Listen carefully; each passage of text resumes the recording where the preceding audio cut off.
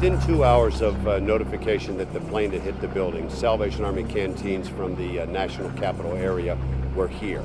The Department of Defense knew that they were going to be here for a long time, and they immediately asked us to bring more equipment and more manpower here. We are feeding at 5 different locations. We are not only here on site at the Pentagon, we're also at a center that the Department of Defense has set up for the families.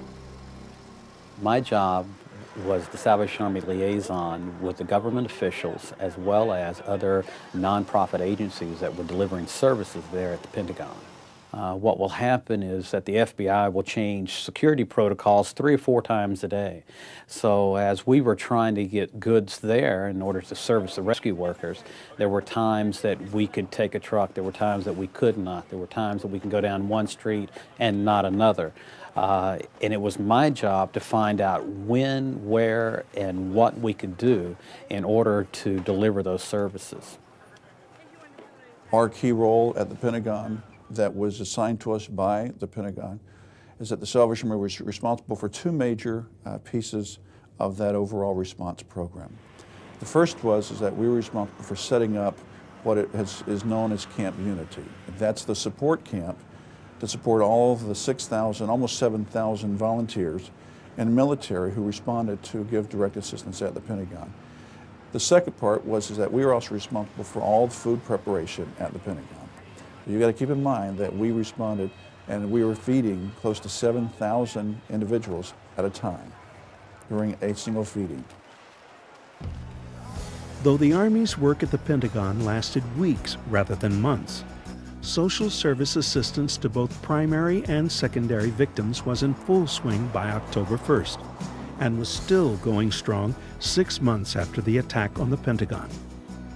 It's tough enough and difficult enough when you know that you're working with individuals who have lost a loved one.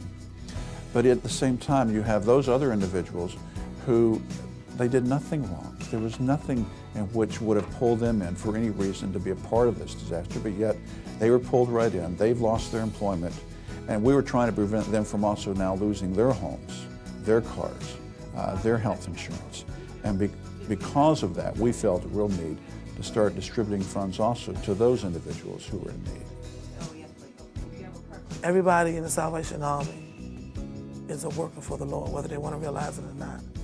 Because I'm telling y'all, nobody treated us bad. Nobody, not once was there anybody there with a long face.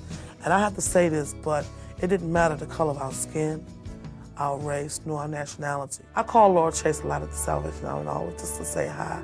And I'll always call to say thank you, because you saved my life. Not in the strength that I was going to die, but in the strength to keep me from having to worry. I have some children that look at the circumstances, and when I got laid off and they found out, they were emptying their piggy banks out. And the Salvation Army made me say, you can put it back, it's okay today.